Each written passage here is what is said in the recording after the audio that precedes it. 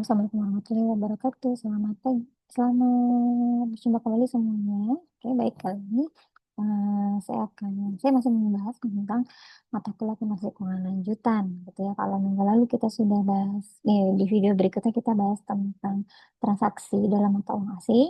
Nah, tahun ini adalah bagaimana kita mentranslasi laporan keuangan ke mata uang asing. Oke, saya langsung aja.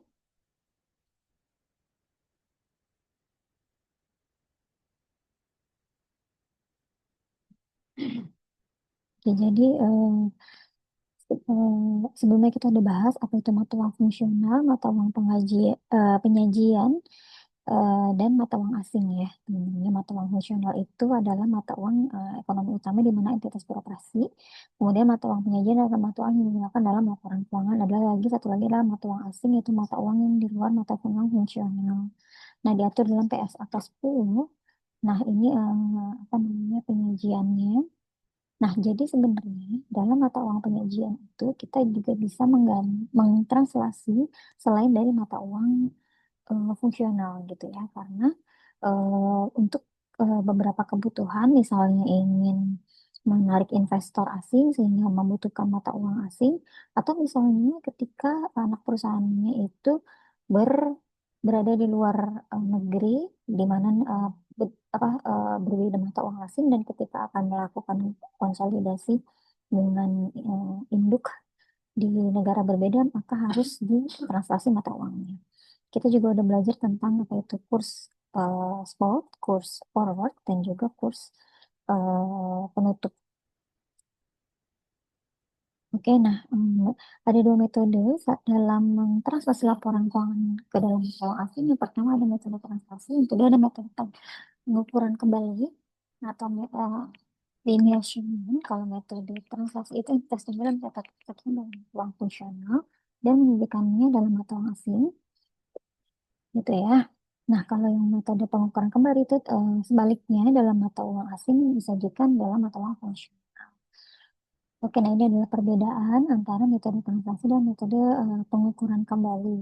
Ya, nanti dia ada apa namanya eh, di sini, kalau nanti bisa baca kembali. Nah, ini adalah kurs yang digunakan dalam metode translasi dan pengukuran kembali ya. Pada pos laporan posisi keuangan atau di neraca, di mana aset dan liabilitas moneter itu kalau dalam metode translasi itu akan menggunakan kurs penutup gitu ya. Metode pengukuran kembali juga sama menggunakan kurs penutup. Jadi yang tadi saya ulangi sekali lagi bahwa kurs itu ada tiga, kurs spot, kurs forward, kurs penutup gitu ya. Kemudian kalau untuk metode translasi untuk aset dan liabilitas non moneter juga pada kurs penutup, cost non-moneter dalam minggu aja juga. Nah, kalau misalnya modal saham atau common stock dan juga retain earning itu akan menggunakan kurs saat dia diakuisisi. Nah, kemudian kalau saldo laba setelah akuisisi itu akan dijabarkan dengan beberapa kurs, dan nanti ada selisih penjabaran juga. Nah, ini kalau pakai metode pengukuran kembali, nanti kita bahas satu-satu ya. Kita pakai metode translasi dulu ya nanti ya. Oh ya, nanti ini untuk laporan laba rugi. Kalau laporan laba rugi untuk pendapatan, penjualan, pembelian, beban-beban itu akan menggunakan kurs aktual atau rata-rata. Ya, kurs aktual. Jadi kenapa? Karena pendapatan dan beban diperoleh sepanjang tahun di mana kursnya beda-beda. Maka kita akan menghitung rata-rata kursnya berapa itu akan digunakan.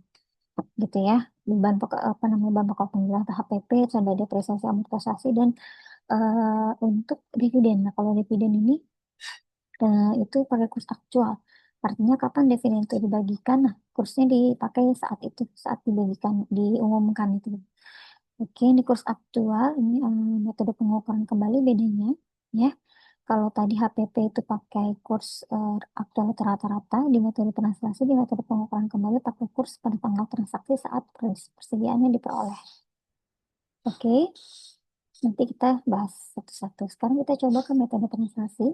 Oke, di sini ada contoh di mana PT Induk mengakuisisi 80% PT Anu yang operasinya ada di Singapura. Diakuisisi tanggal 2 Januari disenilai 60.000 Singapura dolar. Untuk fungsional PTA adalah SGD.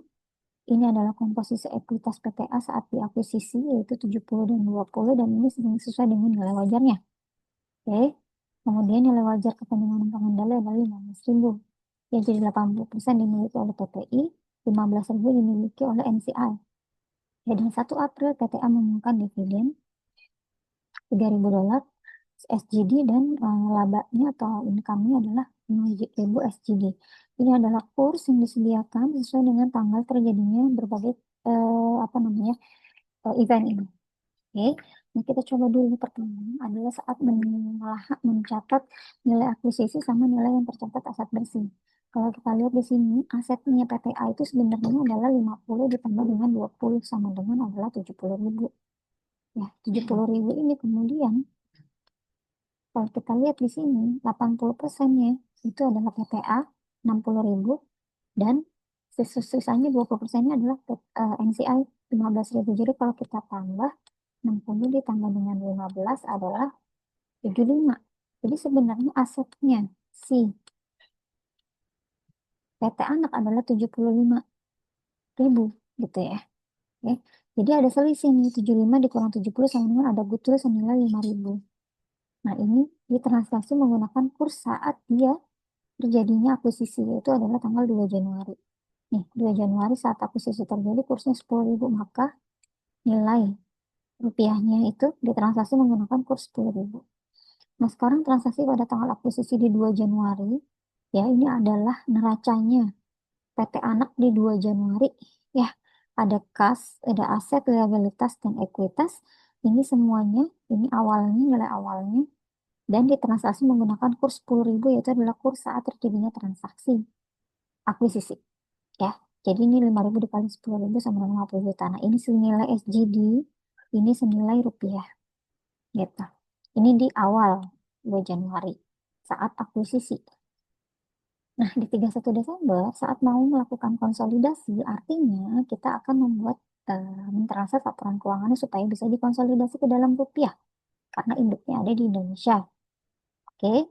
Nah, pertama ini adalah jurnal-jurnal yang diperlukan. Ini adalah jurnal awal saat melakukan investasi pada anak pada kas. Ini yang membuat PTI 600 juta angkanya dari mana? Karena dia tadi beli 60.000. 60.000 belinya, kursnya 10.000 2 Januari. Maka ini kita ambil, ini adalah 60.000 USD dikali dengan 10.000 kurs saat terjadinya akuisisi. Gitu. Oke, terus kemudian ini adalah 1 April saat menerima dividen. Kan PT Anak mengumumkan dividen. Yang membayarkan dividen di 1 April 2015, dividennya adalah, lihat sini dividennya. Dividennya adalah 3.000. Kepemilikannya PTI 80%. 80% dari 3.000 USD nanti ditranslasi lagi ke dalam rupiah menggunakan kurs 1 April saat dividennya dibagikan 10.050. Tapi angkanya di sini ya. Di mana angka ini angkanya didapat dari tadi 80% ya, dikali dengan kurs 1 April kemudian dikali dengan 3.000 US apa SGD. Dan yang ini juga sama. Ini adalah untuk income atau laba. Caranya juga sama 80%. Tadi kan labanya 5.000. 80% dikali dengan, nah lihat ini labanya. Labanya adalah ini 5.000 SGD. Kursnya 10.150. Berarti dikali dengan 10.150 dikali dengan 5.000. Oke. Sisanya 20% yang miliknya NCI atau non controlling interest atau kepentingan non pengendali. Nah, kemudian ini jurnalnya udah selesai kita bikin ya, jurnal penyesuaian dan jurnal awal investasi. Nah, sekarang kita ke ini apa namanya saat ditranslasi ya. Ini adalah neraca 31 Desember. Ini neracanya dalam bentuk SGD 31 Desember. Kita kemudian akan mentranslasi menggunakan kurs rupiah menjadi rupiah. Nah, lihat di sini tadi. Nih, nih. Aset dan liabilitas moneter menggunakan kurs penutup. Non moneter menggunakan kurs penutup. Sampai dengan pos non moneter menggunakan kurs penutup. Modal saham pakai kurs akuisisi dan laba pendapatan, pendapatan penjualan pembelian beban-beban HPP pakai kurs rata-rata aktual rata-rata. Kita lihat di sini. Nah, di sini, nah, maka di sini ada perbedaan. Lihat nih tadi. Ini kan aset dan liabilitas moneter dan moneter. Sampai sini ya, itu menggunakan kurs penutup. Or closing rate. Oke. Nah, ini menggunakan apa? Beban. Beban dan dividen. Beda kursnya. Beban menggunakan kurs aktual atau rata-rata. Ya, dia pakai rata-rata. Terus kalau dividen adalah saat dia dibagikan di tanggal 1 April. Kan dia pakai tadi pakai 10.050. Oke, dan nah yang bawah juga sama ini. Aset moneter dan liabilitas moneter dan moneter pakai kurs penutup 10.150. Nah, kalau di ini laba ditahan, saham biasa laba ditahan dan ini pakai kurs rata-rata sama kayak beban. Dan terakhir pendapatan pakai kurs sorry, ini pakai kurs saat akuisisi, saham biasa dan laba ditahan pakai kurs saat akuisisi, dan pendapatan pakai kurs saat rata-rata. Gitu. Karena pendapatan sepanjang tahun di mana kurs berubah-ubah terus, maka pakai rata-rata. Nah, jadi kalau kita kali ke rupiah hasilnya ini, nanti itu tidak akan balance antara jumlah debit dan jumlah kredit. Maka kalian cari selisihnya. Ya, selisihnya berapa? Itu akan muncul yang namanya selisih translasi di sini. Jadi ini selisih translasi di mana? Ini adalah jumlah debit dikurang sama jumlah kredit. Jadi ditambahkan di sini agar hasilnya menjadi balance. Ini sama ini balance. Kalau nggak balance itu selisihnya. Oke, kalau selisih lebihnya ada di debit, selisihnya ditaruh di kredit, maka ini pendapatan. Tapi nanti kalau selisihnya itu munculnya di debit, maka itu beban. Ya. Nah, sekarang selisihnya muncul di sini translasi. Kenapa? Karena jumlah debit lebih besar dari jumlah kredit. Maka ketika kita kurangkan selisihnya itu kita letakkan di kredit agar dia menjadi balance. Nah, kemudian selisih ini akan diakui sebagai pendapatannya PT Induk. Namun lagi-lagi ingat bahwa PT Induk hanya 80% sehingga saat mencatat pendapatannya investasi pada penghasilan komprehensif lain ini hanya 80% dari 10.450. Ini untuk mencatat pengakuan selisih translasi. Ya, selisih transaksinya dicatat sebagai penghasilan karena dia lebih besar di bagian debit. Gitu ya. Jadi nanti sekali lagi saya ulang, nanti ketika kalian membuat selisihnya, munculnya di mana? Di debit atau di kredit. Kalau dia ada di debit, maka itu akan menjadi beban. Kalau dia ada di kredit, maka itu menjadi pendapatan. Oke, sudah sampai situ. Terus kita lanjut lagi untuk ini.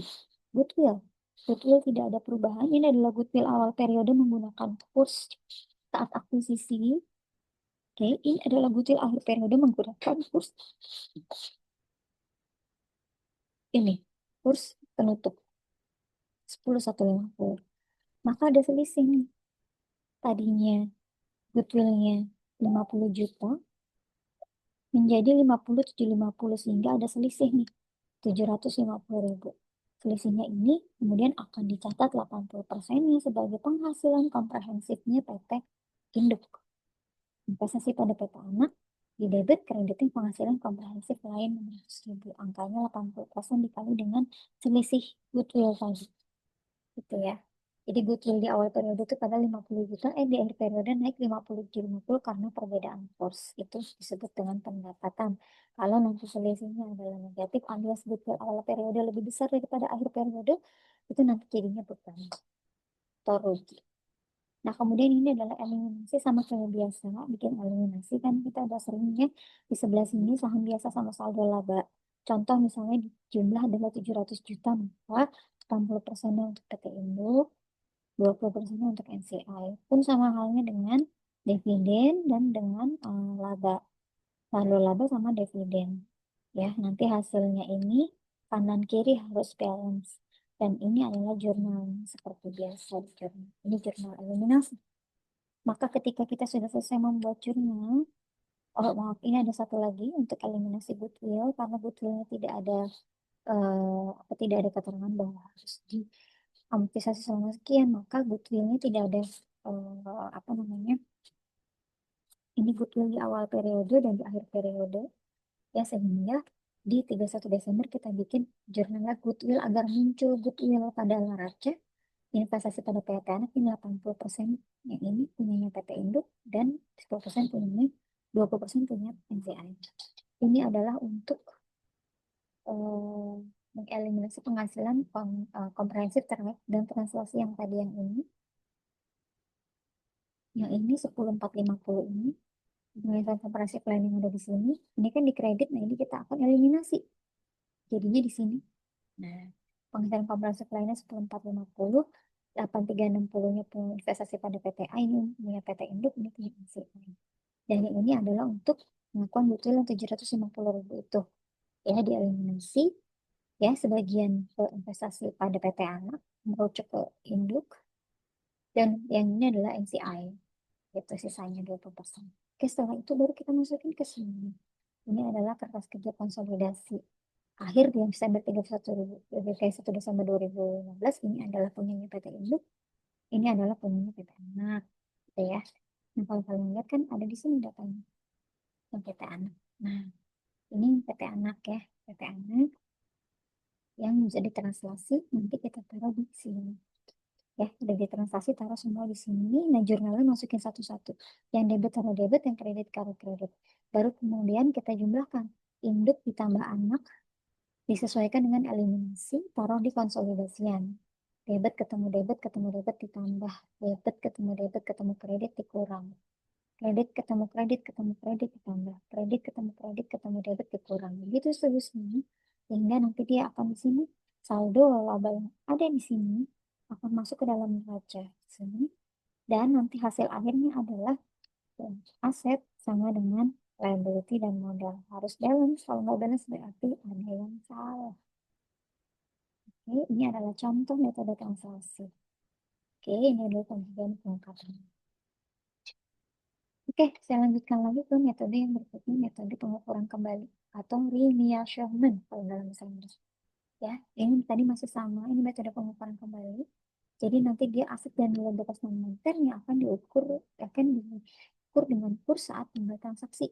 Jadi misalnya kalian punya 5 gedung, dibeli dengan tanggal yang berbeda. Kalau tadi pakai metode transaksi 5 gedung itu jumlah, lalu menggunakan kurs penutup. Tapi kalau metode pengukuran kembali satu gedung harus diukur satu persatu gedungnya berdasarkan kurs saat terjadi transaksi pembelian gedung tersebut. Oke, itu bedanya. Ya. Nah, kita lihat di sini caranya. Ini masih sama, soalnya masih sama, namun di sini tanggal kursnya itu lebih banyak. Dan dia ada catatan mengenai ini juga catatan mengenai pembelian, persediaan tanah dan mesin. Ini untuk apa? Nanti untuk mengukur kembali di mana persediaan itu dibeli tanggal 20 Desember, tanah dibeli 20 April, mesin dibeli 20 dan tanggal 1 Juli, berarti mesin udah dua. Oke, nah sekarang kita langkah pertama adalah tadi ini masih sama. Ini adalah catat goodwill. Ini adalah neraca saat akuisisi 2 Januari 2015. Ya, masih menggunakan kurs yang saat akuisisi. Nah, kemudian berikutnya adalah kita harus membuat tabel penjabaran aset non keuangan atau aset moneter. Yang tadi yang ini kita jabarkan, kita kalikan dengan kurs masing-masing sesuai tanggal transaksinya. Tanggal transaksi kursnya, data kursnya tadi semua udah ada di sini. Jadi kalian tinggal cari semisal persediaan dibeli tanggal 20 Desember 2015, di sini ada kurs 10.120. Maka persediaan akan dicatat pembelian persediaan pada menggunakan 10.120. Kita mulai dari mesin dulu ya. Mesin tadi kan ada dua. Nah, itu ini mesinnya ada dua. 20 Agustus dan 21 Juli. Harganya ini tinggal dikalikan dengan kurs yang tadi datanya ada di sini. Sesuai dengan tanggal belinya di sini. Ya, sesuai dengan tanggal belinya kursnya berapa dikali sesuai dengan kurs itu. Ini mesin 1 50.000 dikali 10.000. Nah, kita ini adalah mesin 2. 20 kali 160, 201 juta. Totalnya berarti nilai mesin yang akan muncul di laporan keuangan adalah 701.200.000. 701 juta 200 ribu. Nah, ini adalah untuk persediaan. Persediaan terdiri di atas tiga untuk bisa menghasilkan yang namanya beban pokok penjualan atau HPP atau CLGS. Persediaan awal ditambah pembelian dikurang persediaan akhir. Persediaan awal selalu di tanggal 1 Januari, persediaan akhir selalu di tanggal 31 Desember. Maka nanti kurs yang digunakan adalah kurs saat 1 Januari dan kurs saat 31 Desember. Pembelian menggunakan kurs apa? Kurs yang digunakan adalah tergantung pembeliannya kapan. Kebetulan di sini data pembeliannya cuma satu, yaitu 20 Desember, 10/1/20, maka kita pakai kurs yang ini. Dia tinggal dikali aja, ya, persediaan awal dikali dengan.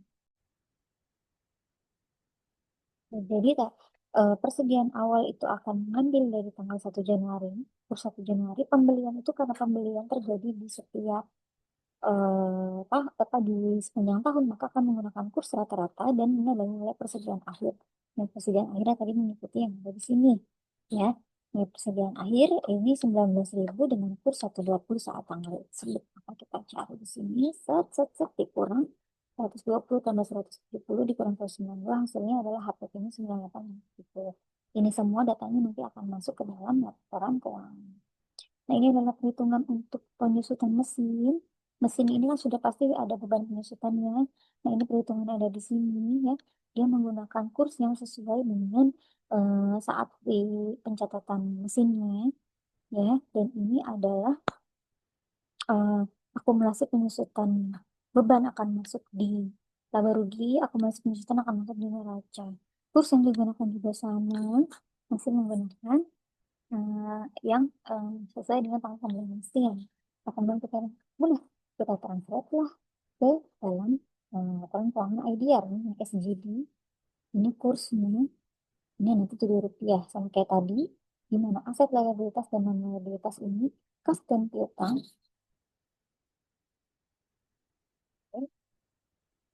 Nih, kas dan piutang menggunakan kurs penutup 10/150. Kita lihat di sini. Dan ini tadi kan sini udah ada penjelasannya. Nah, ini nih. Aset dan nilai batas moneter pakai kurs penutup. Kalau di metode pengukuran kembali, aset dan nilai batas moneter pakai dengan kurs syarat tanggal transaksi.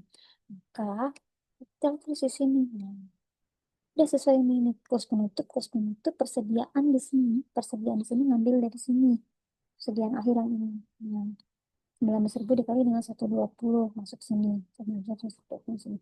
Tanah tetap sama, tanah ini tetap sama, dia sesuai dengan data tadi pembeliannya tanggal sekian pakai kurs yang sekian. Nah, mesin mesin di sini karena mesin ada dua, ya, maka mesin ini sekarang nilai yang dimasukkan yang ini 701, 200 HPP, pakai yang ada di sini, masukin angkanya di sini, bahan penyusutan juga ada di sini, akumulasi penyusutan juga nanti ada di sini.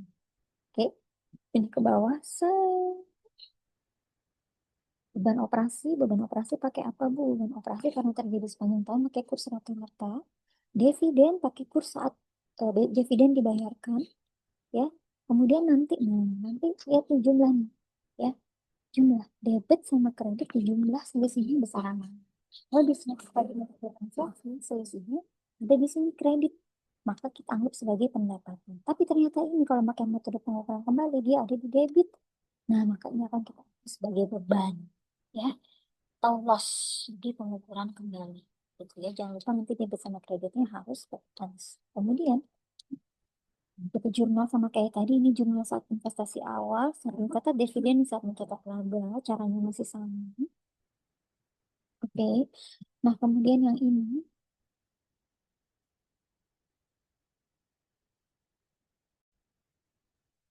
di pada bagian laba di sini, ini kita harus sesuaikan dengan pengukuran kembali, ya. Dapat dari mana angkanya ini? Kita lihat di sini. Sini. Nah, ini kan sini ada pendapatan 25.500. Nah, ini harus disesuaikan lagi dengan apa? Dengan ini. Beban operasi. Ini kan pendapatan. Pendapatan 25.500 dikurang dengan apa? Dikurang dengan ini beban penyusutan. Kayak apa? Harga pokok penjualan, beban penyusutan, beban operasi, sama dividen. Dan satu lagi adalah rugi pengukuran kembali. Ya, jadi dikurang semua 252, dikurang 98.750, kurang 50, 120 dikurang 50.500 sama dikurang 10.600. Jadi 10.600 karena itu udah baru 80%-nya dikali dengan dikali dengan 80% dapatlah investasi bagian laba PT anak untuk PT ini. Nah, baru kemudian di sini kita bikin seperti biasa tabel eliminasi. Yang ini adalah punya PT anak, ini punya NCI, dan ini punya PT induk. Kayak biasa 700 juta, 80% masuk PT induk, 20% PT anak, begitu pun seterusnya. Saldo laba juga sama.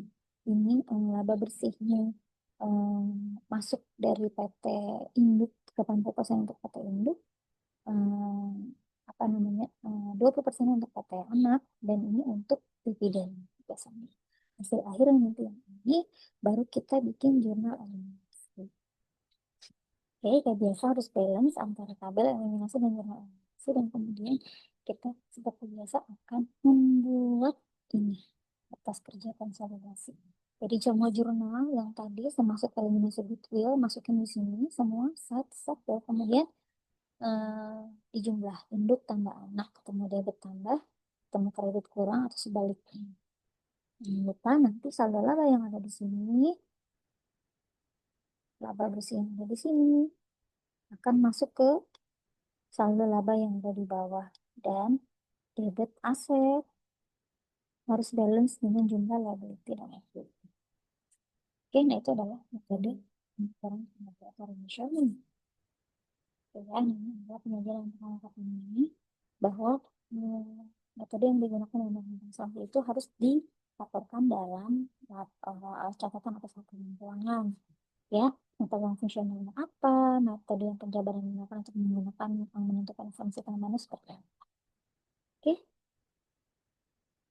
oke, ini adalah isu-isu seputar penjabaran laporan keuangan, bahwa mata uang fungsional akan berdampak pada pencatatan saat transaksi dalam mata uang asing, dan juga akan mempengaruhi juga laporan keuangan dari mata uang asing, dan metode penjabarannya juga harus disebutkan secara rinci menggunakan apa, gitu ya. Baik, demikianlah eh, materi pada hari ini. Terima kasih banyak yang sudah menyaksikan, semoga ilmu bermanfaat bagi kita semua. Saya tutup. Assalamualaikum warahmatullahi wabarakatuh.